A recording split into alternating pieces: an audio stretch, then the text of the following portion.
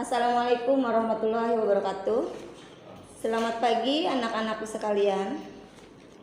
Pertemuan kali ini Ibu akan membahas tentang kantor virtual office. Yang sebelumnya kita sudah membahas tentang apa itu teknologi perkantoran. Baiklah, tujuan pembelajaran untuk memahami tentang kantor virtual office. Yang kedua yaitu memahami karakteristik virtual office. Dan yang ketiga yaitu supaya kalian mengetahui kekurangan dan kelebihan kantor virtual office. Baiklah,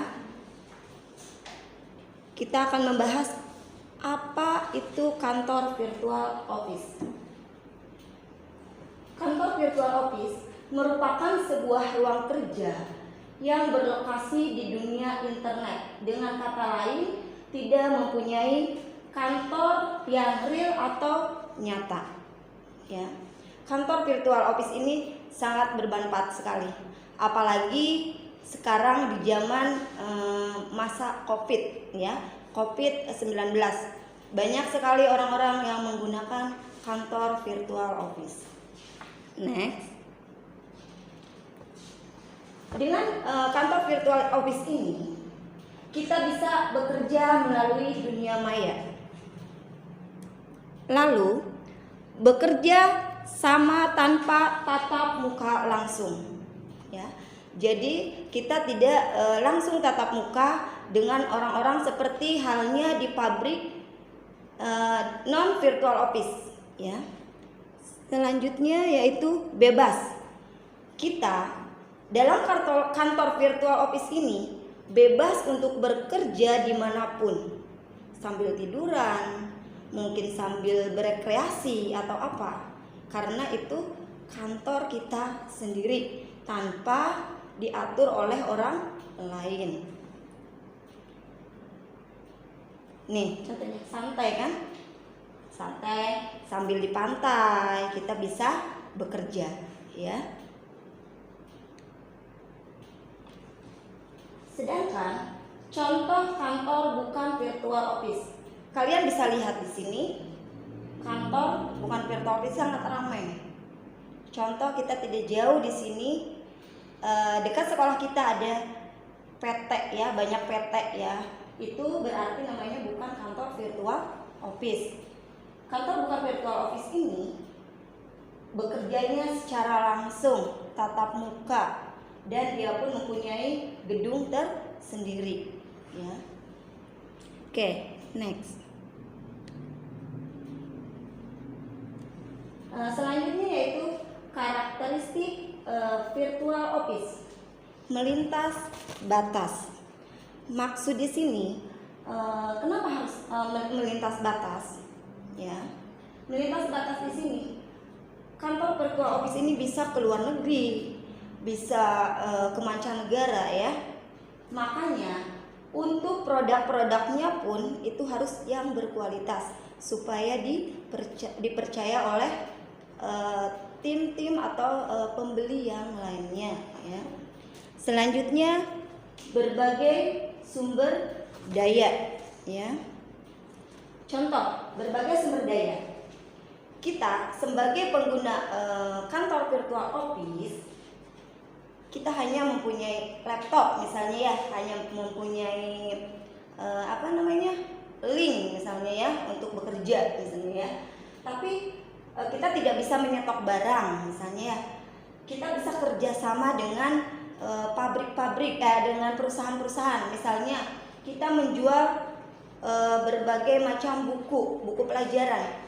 Kita bisa bekerja sama dengan toko-toko buku tersebut yang nantinya akan kita pasarkan melalui online, ya. Selanjutnya wilayah yang terbatas. Contohnya wilayah yang terbatas, wilayah yang tersebar. Contohnya gini, jam di Indonesia dengan jam di Amerika itu berbeda. Jam di kita mungkin jam bekerjanya itu dari jam 8 pagi sampai jam 4 sore. Sedangkan di luar negeri sana mungkin malam, ya, malam sedangkan kita pagi, di luar sana malam. Tapi dengan kantor virtual office ini kita bebas, mungkin malam pun bisa bekerja. Beda halnya dengan kantor non virtual office. Kita tidak bisa semena-mena untuk bekerja tengah malam gitu ya, karena sudah ada aturan jam kerjanya. Tapi dengan adanya virtual office ini kita akan bebas untuk bekerja, untuk menyesuaikan jam di luar negeri sana ya. Selanjutnya yaitu anggota yang tidak tetap ya. Maksudnya anggota yang tidak tetap, terkadang orang yang bekerja dalam dunia online awalnya memang terus bertanya kepada kita, bagaimana caranya, bagaimana cara pemasarannya, bagaimana cara supaya jualannya kita laku gitu ya.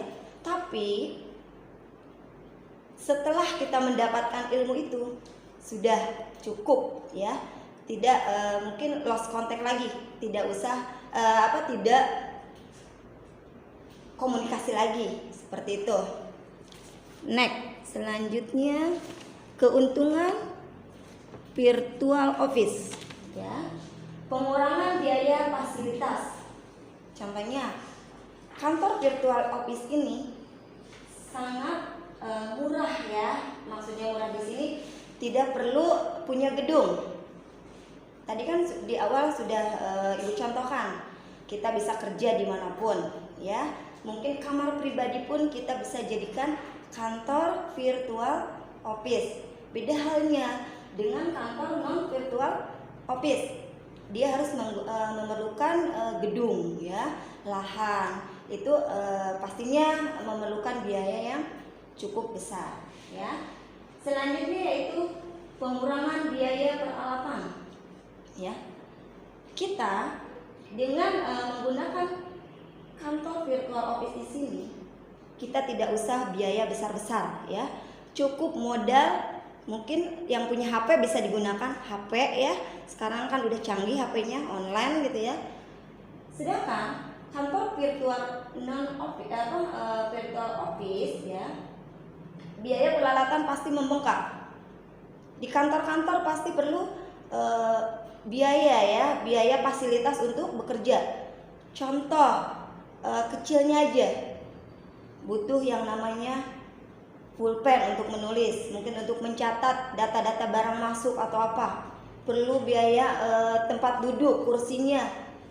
Kalau kita kan bebas ya kalau virtual office ya. Selanjutnya itu jaringan komunikasi formal.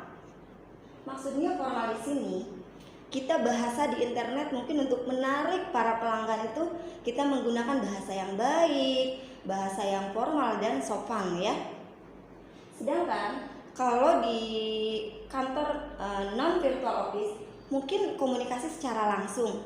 Kadang-kadang ada bahasa-bahasa yang gaul atau non formal ya. Oke, selanjutnya pengurangan penghentian kerja ya.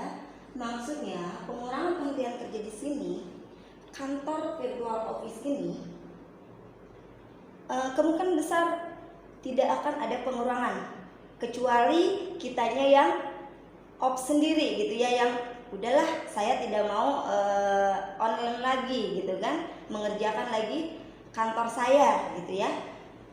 Beda halnya dengan kantor non virtual office. Contoh, sekarang lagi bencana COVID-19. Banyak sekali kantor-kantor yang ditutup. Akhirnya apa? Banyak pemecatan karyawan ya. Mau tidak mau, karena mungkin pemasukan tidak ada, akhirnya ada pengurangan. Kalau kantor virtual office bebas ya, walaupun kondisi sekarang yang sedang dialami oleh negara kita ya, kita akan bebas ya, tidak akan ada pengurangan karyawan karena itu kita yang mengolah ya. Selanjutnya yaitu kontribusi sosial. Maksudnya kontribusi sosial di sini, dengan kantor virtual office itu bebas sosial. Maksudnya sosial, contohnya gini ya, orang cacat aja bisa bekerja di kantor virtual office. Misalnya dia tidak punya kaki, kan dia masih punya tangan, ya, dia bisa bekerja, ya. Beda halnya dengan kantor non virtual office, pastinya dia tidak akan diterima. Contoh melamar kerja di perusahaan, sedangkan dia tidak punya kaki, diterima nggak? Pastinya nggak diterima. Beda halnya dengan virtual office, ya, kantor virtual office bebas, mau cacat, mau tidak punya tangan, yang penting masih bisa menggunakan dunia maya ini, ya, kita masih bisa bekerja.